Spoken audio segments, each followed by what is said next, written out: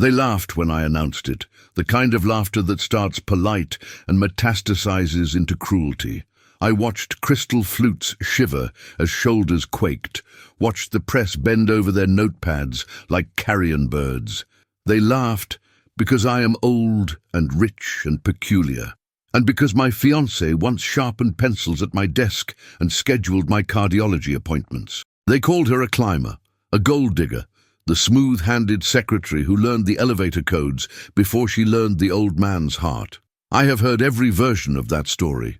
I made my first million shipping glass to the North Atlantic in winter. I know what stories can do in a storm. They capsize the unsteady. My name is Edmund Vale. I am 78. My knuckles are knots of coral. My breath sometimes whistles in the morning, and my fortune, for now, still answers to me. I do not mistake time for mercy. That is why I wrote the agreement. Lena Hart stood beside me, palms calm at her sides, while a ballroom full of the well-fed reeled at a single sentence. One clause no one expected. Not my lawyers, not my daughter, not the board that has been waiting for me to forget the numbers. They expected a fortress of provisions to keep her out. They expected iron doors that would slam in her face the day after my funeral. They expected the greed of an heir. They misread me.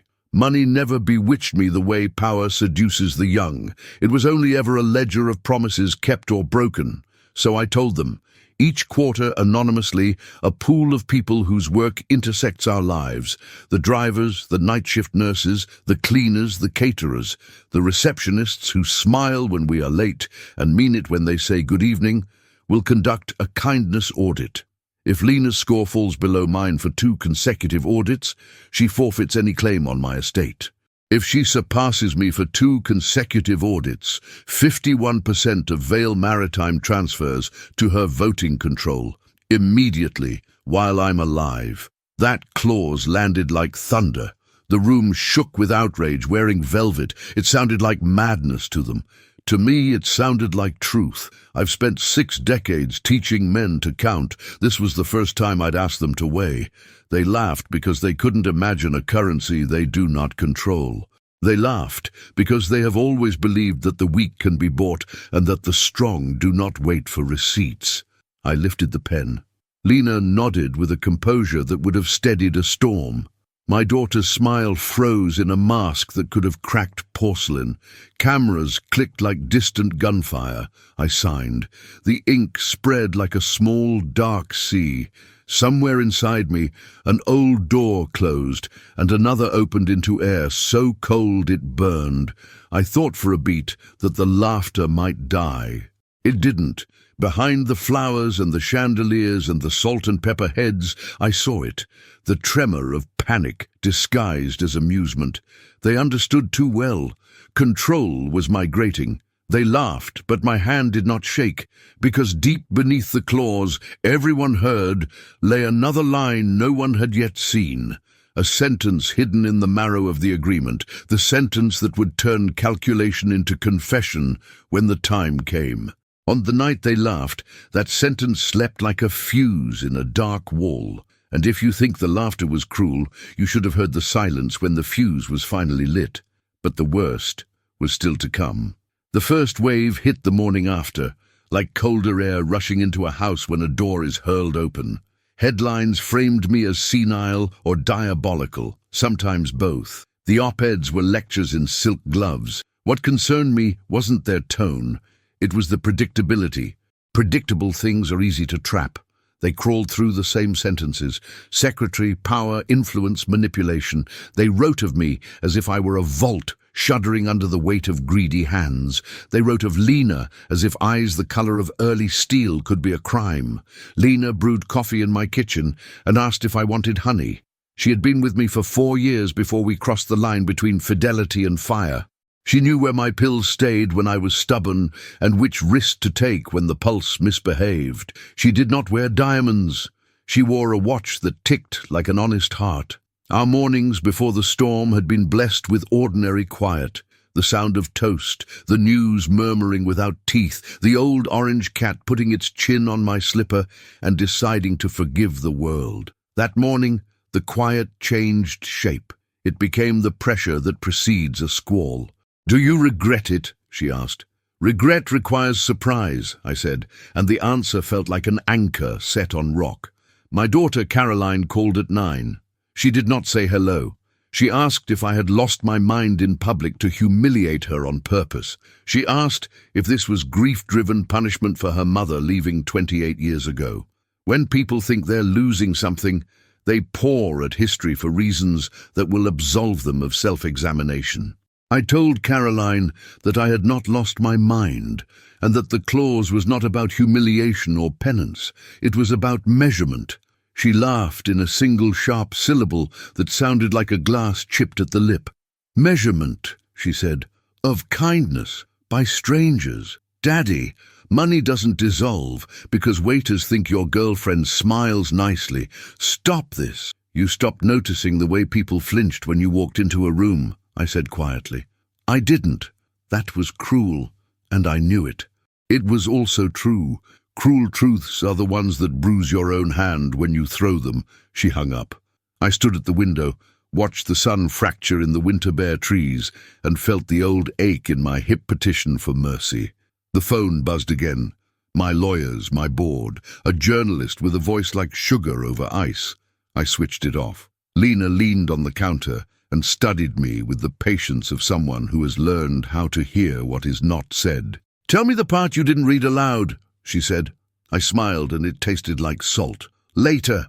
If this were a business briefing, I would chart the variables and show my work. But this isn't a briefing.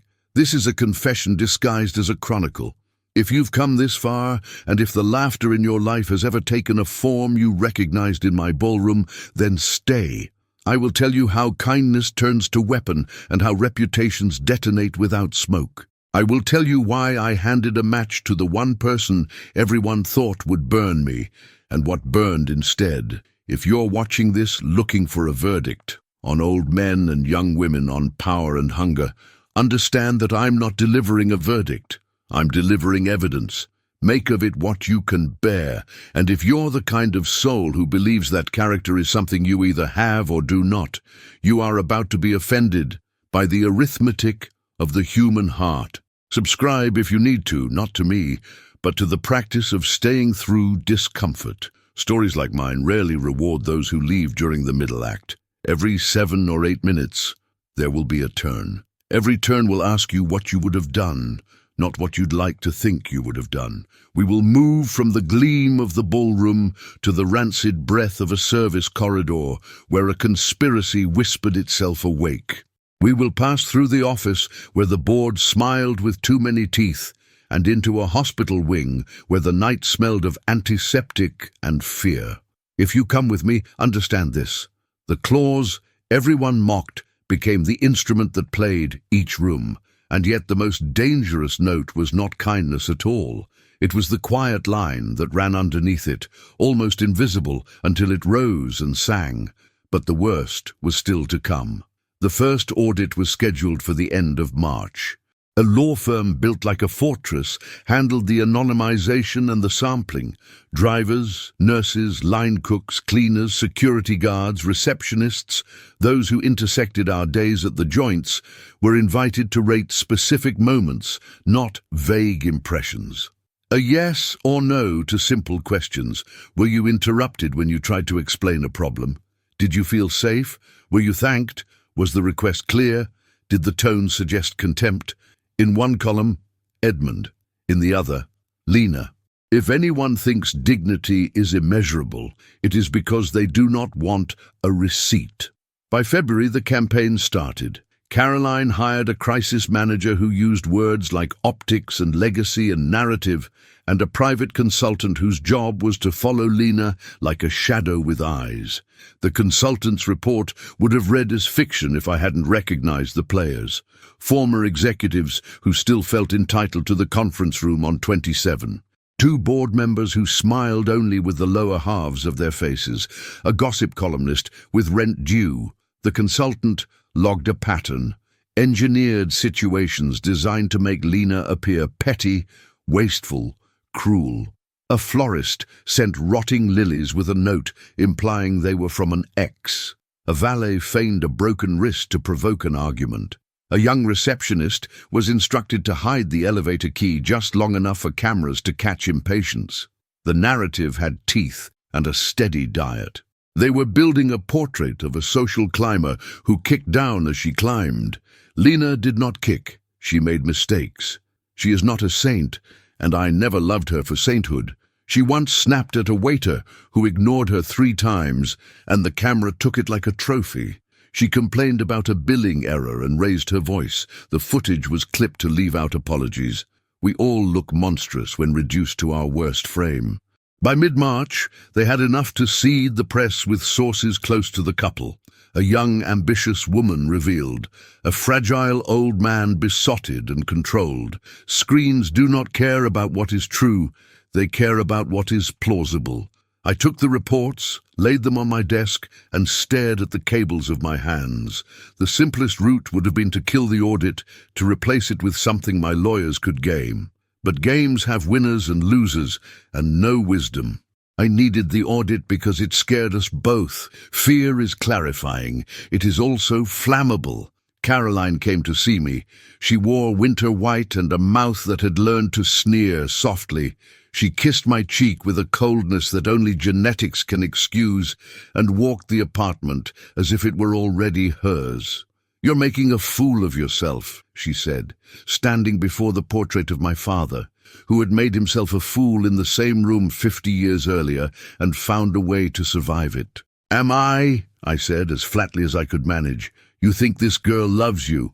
What she loves is a door that opens when she smiles." She put her hands in her pockets. "When this audit thing goes public, I will not defend you. I will protect the company." "From kindness?" I asked. "From spectacle." A week later, a new player entered. A man named Victor Hale, my former COO, who had once saved my skin by catching a fraud 2 days before the auditors. He arrived with a gift, a non-disclosure agreement pre-signed by certain board members offering to quietly retire if I would rescind the prenup clause. Men like Victor remain pleasant even when they come to lay a noose on your desk. They do it with reasonable voices and a napkin to keep blood off the oak. "You're too old to fight this," he said gently. "I'm exactly old enough," I said, because time had finally taught me that endurance is not youth's monopoly. That night, in the service corridor after a gala, a cleaner named Marta told Lena that someone had offered her money for a story about being belittled. Marta cried when she refused. She has 2 sons and a mother with a spine made of porcelain. The price of her refusal was a shift cut without explanation. The price of her courage was a bruise of fear. We moved her to a different building quietly and raised her pay. Some debts are paid in cash. Others require presence. We tried to be present. The world noticed only the mistakes because there was a camera for the mistakes and no camera for the nights when Lena held a door until her fingers ached. At the end of March, we took the audit. The results were sealed. I slept badly, breathing as if through old cloth, and woke before the sun. Lena waited by the window with a glass of water and a pair of eyes that did not tremble. She had grown up in a town where winters hummed with teeth and summer jobs meant carrying trays heavier than dreams. She is not made of sugar, but even stone can hear the river. The audit arrived in a white envelope the size of a knife. I slit it. I read. I felt the room tilt gently, like a ship changing course, and I understood that the game had changed again. I lifted my head to tell her. My phone began to ring. Victor, Caroline, the press. In a single breath, I realized what the hidden sentence in our agreement would cost me now, and for the first time since the laughter, I felt something colder than fear, because the audit was only the first reveal. The line beneath it was waking, but the worst was still to come. The first audit placed Lena above me by a narrow margin. Her column read like a ledger of small, brave mercies and a handful of sharp regrets. Mine read like an old atlas, countries named duty and habit and severity, borders made of pride, long provinces of generosity that had fallen lately into winter. I had treated a nurse too rudely after a night of pain. I had cut off a driver mid-sentence to take a call I could have waited to make. I had been kind for years and careless for weeks. The arithmetic was unforgiving. I deserved it. The board convened a special session. They were willing to eat the first audit as a fluke. They said we'd ride it out. They said appearing to respect workers might even polish our brand. Their smiles never touched their eyes. They were betting on the second audit correcting our course. They were betting, above all, on the old man's exhaustion. They were right about the exhaustion. They were wrong about the direction it would push me. In April, my body reminded me whose clock we were on. A flutter, then a stumble, then the hard red silence of a monitor that prefers to shriek but sometimes only sighs. The hospital room smelled like lemon and electricity. Nights there are cruel because time loses its rails and memory becomes a pond without edges. Lena rubbed my sternum when pain camped there, and I remembered that kindness can be blunt, can be applied like pressure, can revive. Victor visited with flowers the color of new money. He stood at the foot of my bed as if it were a conference table. "Ed," he said, using the name only my brother was allowed to use, "let's close this before it closes you." "You're offering me peace," I said. "What's the price?" "Rescind the clause. Leave her something respectable. Put the company back in safe hands." "Yours," I said. He didn't blink. "Mine, until Caroline is ready." In the polished metal of the IV pole, I could see a sliver of my face, sunken eyes, a mapped-out forehead. An old lion with winter on his mane. It would have been easy then to pretend I had been rash, to claim temporary madness. It would have been easy, and it would have been a lie. "Victor," I said, "do you know why the clause terrifies you?" "Because it is governance by popularity." "No," I said, "because it is governance by witnesses." The second audit slid toward us like a blade across a table. In the week before it, the trap snapped. An orderly in the hospital, paid, panicked, ashamed, spilled a tray of medications in the corridor and accused Lena of berating her. Cameras waited like gulls. The video crawled the feeds within hours, a young woman with perfect posture leaning too close to a trembling nurse, a raised hand frozen in a frame that suggested a slap. The sound was conveniently missing. The angle was conveniently cruel. The world loves a villain it can name in one breath. We got the full footage by midnight. Marta knew a guard who knew a clerk who hated being used. The full footage showed something else. Lena stepping between the orderly and the door because the orderly was about to mix two drugs that should not meet in the human heart. Lena's hand rose not to strike, but to halt a catastrophe. Her voice lifted not to scold, but to pierce the haze panic builds around a mistake. She said the patient's name. She said it gently and loud at once. She saved a stranger. The clip cut that out. I called a press conference for the following morning. I would show the truth. I would end this with light. The crisis manager begged me to reconsider. The board threatened a vote of no confidence if I embarrassed them again. For the first time since the ballroom, I considered burning the whole house down and living in the ash. I was so tired. Tired makes you stupid. Tired makes you reach for fire. Lena stopped me with a hand on my wrist. "You said there's a part you didn't read," she murmured. "The fuse. Tell me before you light anything." So I told her. The hidden sentence.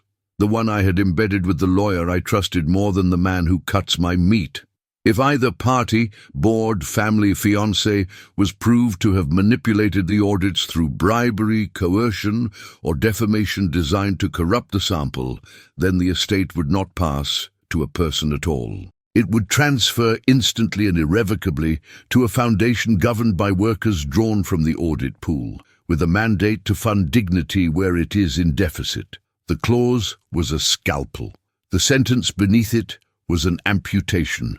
I had not read it aloud because weapons do less damage when not waved. I had not read it aloud because even now, some part of me prayed that fear would be enough to clean the room.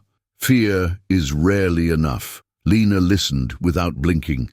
"If you trigger it," she said, "you lose the company." "I lose what was mine," I said, and in the saying felt the tremor of a larger truth I had been avoiding. "And they'll say I cost you everything." They already say you cost me my mind. Then let them, she said, and I realized that her courage did not require winning. We waited. The second audit arrived like a storm folded into an envelope. I slit it. Lena surpassed me again, this time by more. There were entries that made my eyes sting. The night janitor who wrote that she had given him a scarf at 2 a.m. because the building's heat failed. The cafeteria worker who said she never let anyone eat alone in a corner unless they wanted the privacy. The nurse who explained how she had coaxed a joke out of a woman with a tumor and no more patience for men's egos. There was also an anonymous line that made me close my eyes. He listened to me for 19 years and interrupted me twice this morning. The arithmetic cannot be bribed when the counters refuse the bills. The investigation into the manipulated hospital clip concluded within days. Money had moved, names were named, Victor resigned. 2 board members followed. Caroline wrote me a letter 9 pages long in which she managed to explain how this was somehow my fault and hers not at all. I read it and remembered the first day she stood on a chair to reach the sink and washed her own cup because she wanted to be like her mother, capable, distant, immaculate. We break in the shape of our aspirations. It was time to light the fuse. I did not call a press conference. I called the foundation lawyer. I signed 3 documents that took my hands too long because my fingers had swollen. I slept then and dreamed of the sea as it looks before dawn when the cold makes diamonds out of air. In the morning, the news hit. Vale Maritime to transfer controlling interest to the Foundation for Ordinary Witnesses. Headlines fell over themselves like drunks. The stock shuddered, then steadied. People who have never boarded a ship opined about shipping. People who have never been kind explained kindness. In the noise I found a quiet frequency. Marta crying on the phone, somewhere between joy and terror. She had been named to the first council. She asked if she should refuse. I told her to pack a lunch and show up with a pen. I expected rage. I received a different weather. There is a way a room sounds when a bully is told to leave. The air changes. The laughter dies. Even the light feels cleaner. But there is always a cost. Mine arrived in a plain envelope with a doctor's letterhead. Spring had come. My heart had not. The prognosis was polite and unambiguous. I had months, maybe a year if I sat very still. I have never sat still. The worst was not losing the company. The worst was telling Lena that I would not see the audits teach the men who mocked us. I told her on a bench under trees, just old enough to throw decent shade. The cat found us, as cats find the people who are leaving, and sat on my shoe like a paperweight. She did not cry then. She took my face in both hands and ordered me to breathe. She kissed the air between my eyes, as if anointing a font. She asked me for the ring box. I gave it to her. She put it back in my pocket. "We'll do it without witnesses," she said. "We'll do it where no one can call it a show. People will say, they will talk anyway," she said. "Let them talk to a closed door." We married in a room that smelled of lemon and electricity because nothing else felt honest. Marta signed as witness. A nurse, whose hands never shook, tied the ribbon on the license.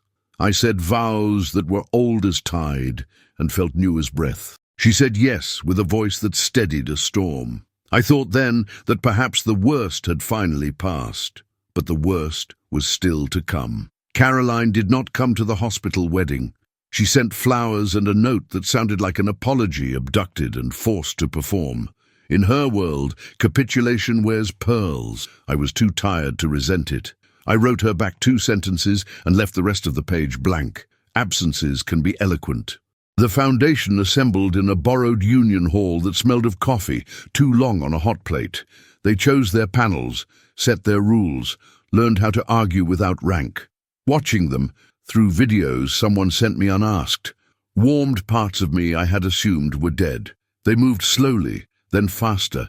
They made small mistakes and then better ones. They directed the first dividends to a program in the port towns that fed children after shifts. They funded clinics for chronic injuries that never make the news. They built in miniature the company I had once hoped to run before success made my ears heavy. I gave Lena the second ring my father had given my mother. She kept wearing the watch. She became, in the mouths of strangers, the woman who broke a dynasty, the saint who saved a ship, the opportunist who knew when to smile, the nurse of a fading king, the thief of an old man's compass, the only honest heart in a building of steel. It will amaze you how many masks the world wants to put on a face that refuses to wear any. She deflected what she could and donated what she couldn't. That, more than anything, drove those who hated her into another kind of hatred, bewilderment. In August, I began to fail in earnest. The heat pressed its palm over the city, and medicine felt like trying to breathe through coin. Nights grew thin in the middle, then tore.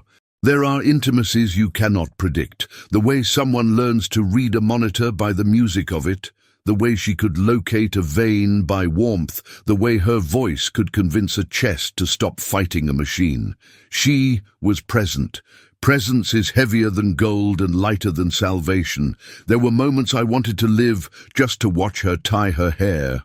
I planned one last audit, not for the lawyers, for me. In the deepest hours, I wrote letters to those who had intersected our days, the drivers, the cleaners, the nurses, and asked them to tell me one truth I could still correct. They did. I called a driver's mother and told her I'd cover the tuition that made him work nights. I apologized to a caterer I'd humiliated by sending back an entire platter because I mistook spice for error. I learned the name of every night shift clerk in my building and said each one aloud like a prayer with teeth. A prayer with teeth does not beg, it bites what needs biting. 2 weeks before the end, Caroline came alone, without her necklace of lawyers and the posture of a vigilante queen. She looked tired in a way money cannot soothe. "I was wrong," she said. "Not about everything, but about more than I can bear." "You'll bear it," I said, "because she is my daughter. I thought love was a contract. You made it a test." She tried to smile. She passed. I failed. "Love isn't a test," I said. "It's an audit." She closed her eyes, laughed once like a glass no longer chipped. "You and your words. Words are the only currency that accrues interest when given away." We sat without speaking for a while. When she stood to leave, she bent and kissed my forehead as if forgiving a trespass, and I realized the blank space I had left on that page months ago had finally spoken. On my last night with a clean mind, I asked Lena to open the safe. She brought out the marriage certificate, the first audit, the second, and the document, with the hidden sentence that had turned power into air. I asked her to read it aloud to me. She did. Her voice did not tremble. When she finished, I told her there was one final line I'd never written down because I feared what it would summon. If the woman surpasses the man in the metrics that matter, the man must learn to let go. "Let go of what?" she asked softly. "Of everything he mistook for himself," I said, and for the first time felt the deep freedom men rarely reach while the world still calls their names. I died as simply as I could manage. No speeches, no grand reconciliations staged like opera.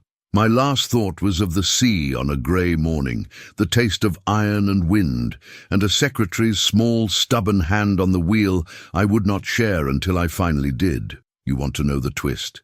It is this. The clause no one expected did not test her. It revealed me. The audits were not my way of protecting a fortune from a young wife. They were the map out of a country where I had been king so long I had forgotten I was only a man. In handing her the match, I learned what should burn and what must be warmed. In losing the company, I found the work. In making room for witnesses, I discovered what I had never learned in a boardroom, that power means nothing when it cannot survive the gaze of those who carry your life through their ordinary days. If you stayed, if you watched the laughter curdle into quiet, you know now why I'm telling you this, not to canonize a woman or condemn a daughter or recast myself as hero in my last act, to invite you into an arithmetic you can use. Audit the rooms you walk through. Ask who shrinks when you enter. Ask who exhales when you leave. Write clauses that cost you something. Hide sentences that redeem someone else. If you found something in this, you can carry. carry it with both hands. And if you felt the fuse light and burn and feared what would be left after, stay with that fear. It is honest. It can save something. There will be another turn in 7 minutes if you need suspense to keep you here, but the truth is quieter. The worst was never the laughter, nor the headlines, nor the loss. The worst was the possibility that I would die without knowing the shape of my own weight on other people's days. I did not. I learned it just in time. If you want more stories that refuse to flatter you, stay. If you want to turn away, do it gently. Somewhere a nurse is balancing a tray, a cleaner is holding a key, a driver is watching a mirror for your face. Make sure they do not flinch. Subscribe not to me, but to the discipline of that. The worst had come and gone. What remained was the work, and that is where we end and begin.